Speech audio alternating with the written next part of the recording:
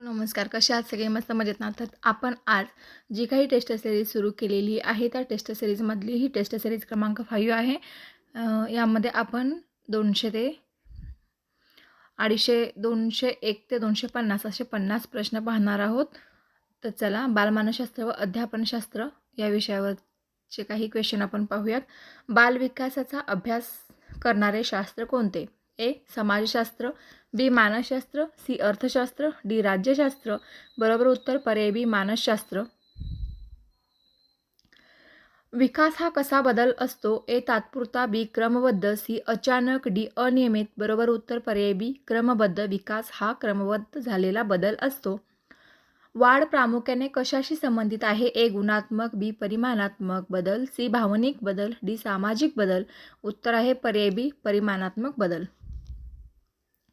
मानसिक वही संकल्पना कोणी वापरली? A. Binet, B. Skinner, C. Dewey, D. Gardner. बरोबर उत्तर पर्याय ए. बिने.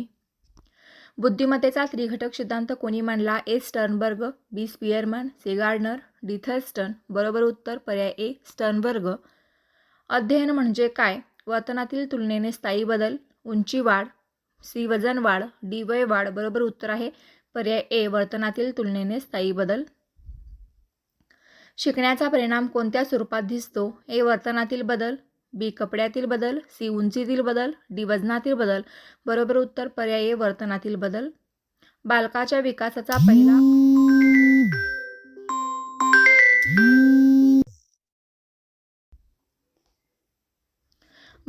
विकासाचा पहिला सामाजिक गट कोणता? ए. मित्रगट, बी. कुटुंब, सी. शाळा, डी. समाज. बरोबर उत्तर पर्याय बी. कुटुंब.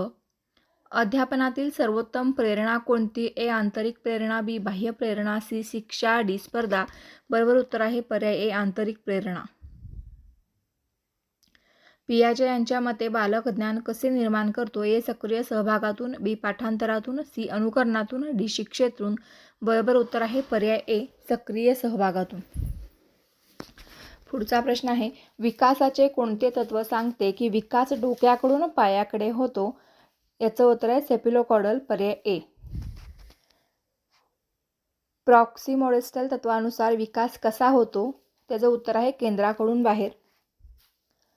ट्रायल अँड एरर लर्निंग कोणी मांडले? A. Thorndike, B. Skinner, C. Pavlov, D. Kohler. बरोबर उत्तर आहे पर्याय ए. थर्नाडाईक.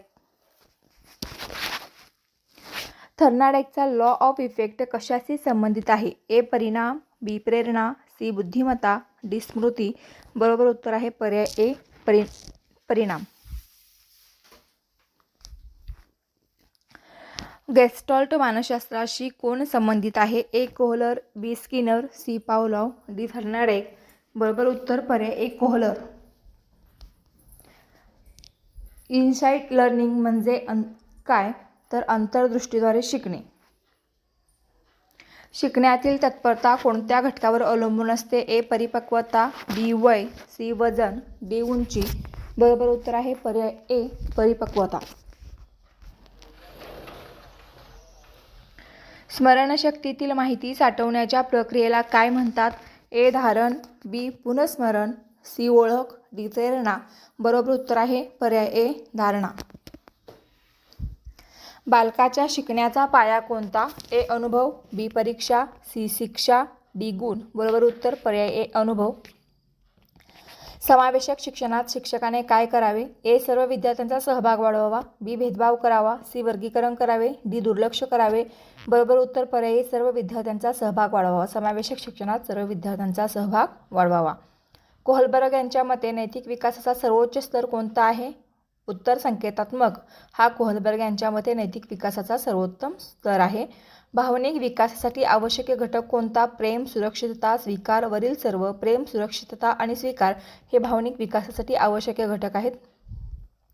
विद्यार्थ्यांच्या शिकण्यात चुका का महत्त्वाच्या आहेत? त्यात शिकण्याचा भाग आहेत. शिक्षा देण्यासाठी, अपयश दाखवण्यासाठी की गुण कमी करण्यासाठी. चुका त्या शिकण्याचा भाग आहेत.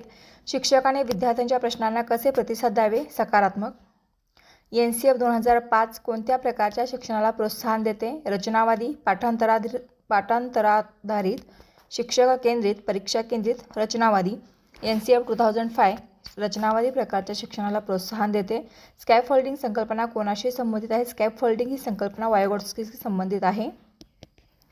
विद्यार्थ्यांना स्वतंत्र विचार करण्याची संधी देणे हे कोणत्या अध्यापनाचे वैशिष्ट्य आहे? बालकेंद्रित. विद्यार्थ्यांना स्वतंत्र विचार करण्याची संधी देणे हे बालकेंद्रित अध्यापनाचे वैशिष्ट्य आहे. शिक्षणातील निदानात्मक मूल्यमापनाचा उद्देश अडचणी शोधणे हा असतो. शिक्षणातील निदानात्मक मूल्यमापनाचा उद्देश काय असतो? अडचणी शोधणे. विद्यार्थ्यांची रुची वाढवण्यासाठी शिक्षकाने काय करावे? तर विविध पद्धती वापराव्यात.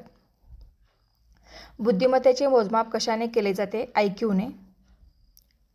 गार्डनर यांच्या मते संगीतविषयक क्षमता कोणत्या बुद्धिमत्तेशी संबंधित आहे? म्युझिकल इंटेलिजन्सशी संबंधित आहे. शिकण्यातील सकारात्मक बळकटीकरणाचे उदाहरण प्रशंसा हे आहे. बालकाच्या विकासात अनुवंशिकता म्हणजे जन्मजात गुण होय. शिक्षणातील सहकार्यात्मक अध्ययनाचा मुख्य फायदा सामाजिक कौशल्ये विकसित होतात.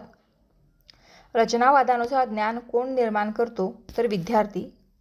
बालकाच्या भाषा विकासाचा सर्वात महत्त्वाचा आधार आहे संवाद.